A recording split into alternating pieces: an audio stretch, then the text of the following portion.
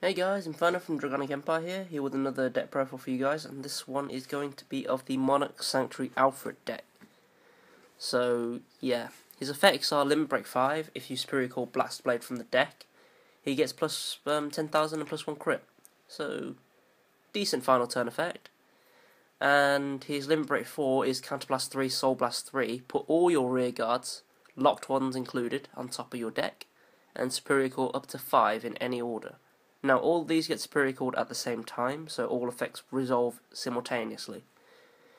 If you're running Brunos and stuff, then, yeah, he gets, like, all the power in the world.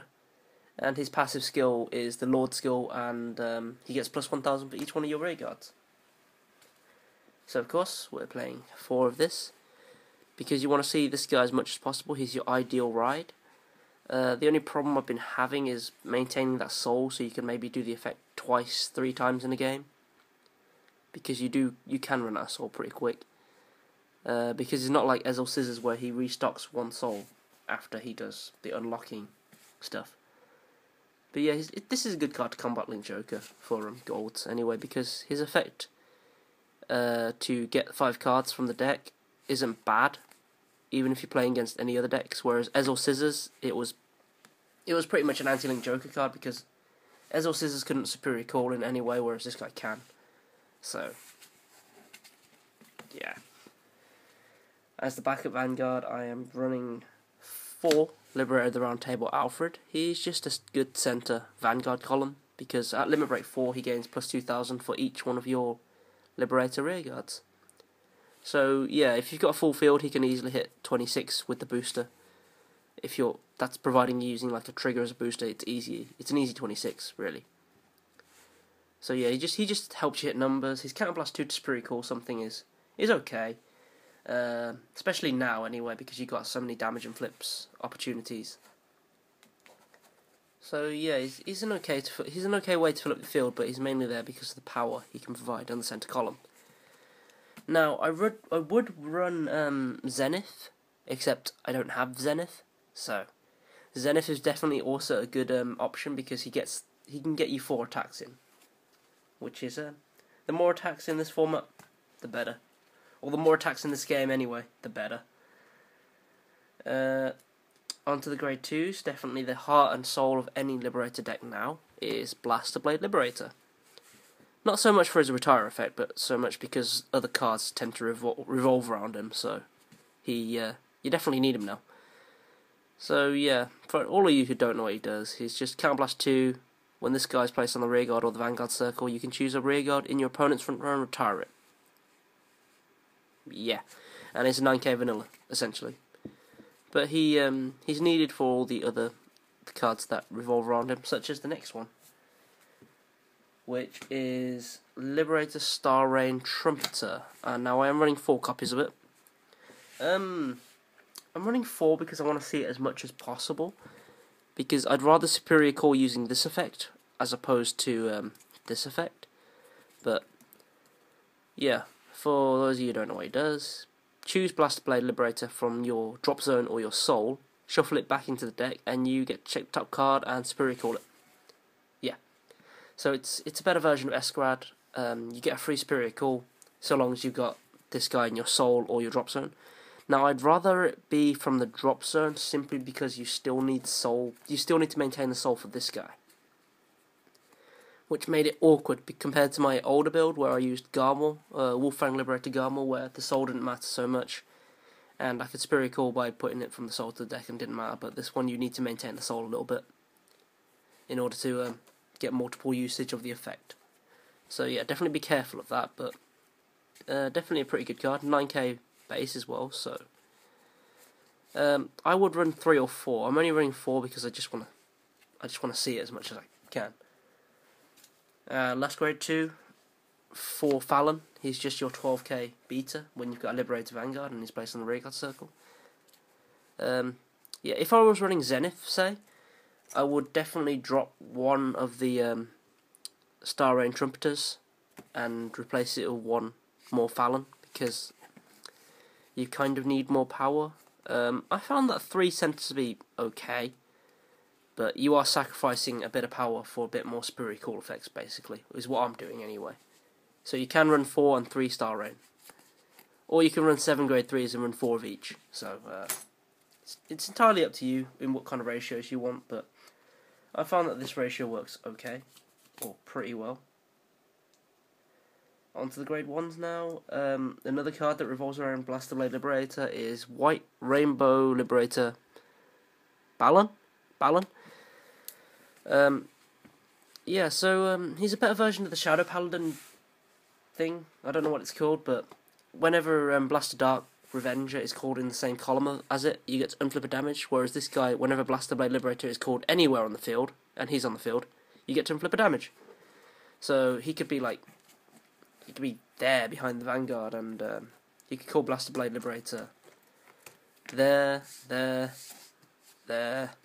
or there, and he'd still get an unflipping. So yeah, pretty powerful. So if you've got multiple copies of it on the field, you can essentially use counterblast effects for free. And it's a 7k boost too, so good card. Or very useful because you can spam your counterblast effects now.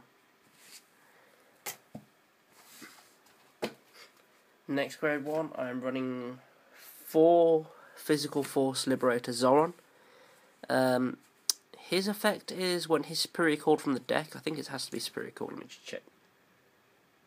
Yeah, you have to Superior Call it from the deck, and he can put himself into the soul, check top 3, and Superior Call up to 1 card from those top 3, and put the rest on the bottom. I mainly got him in here because he restocks the soul more than anything. The top 3 thing is very much like a Lopia Shooter or Spring Breeze Messenger effect.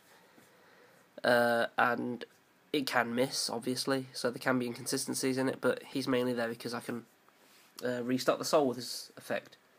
So I can use Alfred multiple times in a game. That's really it. And he's a 7k booster too, so...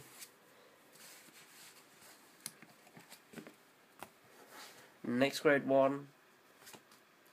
I'm running 4 Halo Shield Mark, 4 Perfect Guard. No Quintet Walls because of the next grade 1 I'm running. I'm sure that just gave it away completely, but... Quintet Walls are okay, but I found in Alfred anyway, you can... not in Alfred actually, but... I just don't like... the concept of Quintet Walls that much in certain decks anyway. I will agree that in certain decks they do work, and they do work quite well, but in this particular deck, it works okay, but you've got another alternative to try out anyway. So, yeah. Quintet Walls also require a counterblast, much like the next card. Whereas this guy completely nullifies the effect of an attack, so long as it's not Daikaiser, or the Daisha Legion we're getting eventually. And the final grade 1, if you haven't guessed it already, is 2 Ganovir. Now, for those of you who don't know what it does, it's kind of like a Quintet Wall, but you place it on the Guardian Circle and counterblast 1.